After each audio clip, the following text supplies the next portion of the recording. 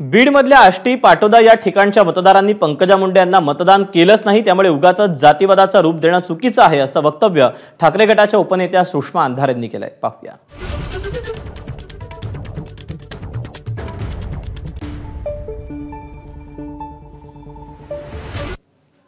बीडमध्ये इतर तालुक्यांमध्ये बहुल मराठा मतदार आहे, परंतु परळीमधला जो मतदार आहे तो बहुल वंजारी आहे. बहुल वंजारी मतदार असताना सुद्धा बजरंग सोनवणे यांना 66,000पेक्षा जास्त मतं मिळतात. म्हणजे पिपाणीवरची मतं बाद होऊन सुद्धा 66,000पेक्षा जास्त मतं मिळतात.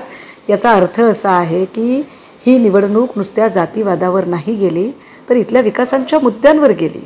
परळीमध्ये किंवा बीडमध्ये खरंच विकास झाला का? म्हणजे जी माणसं असं म्हणतात की आता पंकजा मुंडे निवडून आल्या असत्या तर फार विकास झाला असता, कोणी हात धरला बरं? आत्तापर्यंत इथे परळीची सत्ता कोणाच्या हातात होती? हात कोणी धरला तुमचा? आधी खासदार 10 वर्ष खासदार प्रीतम मुंडे होत्या. मुंडे साहेब इथे उपमुख्यमंत्री राहिलेले आहेत. मुंडे साहेबांनी वंजारी समुदायाला एक ओळख दिली, अस्मिता दिली आणि त्यांच्या पुण्याईने पंकजाजी इथे आमदार झाल्या. 2 वेळा आमदार होत्या. ग्रामविकास मंत्रालय त्यांनी सांभाळलेलं आहे. त्यांच्या बहीणबाई खासदार होत्या. का विकास केला नाही?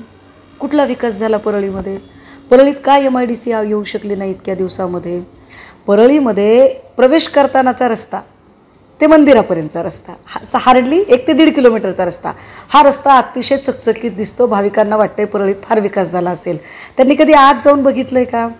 परळीमधला जो उड्डाण पूल आहे त्याला किती तडे गेलेत, का तो अजून नीट झाला नाही बरं?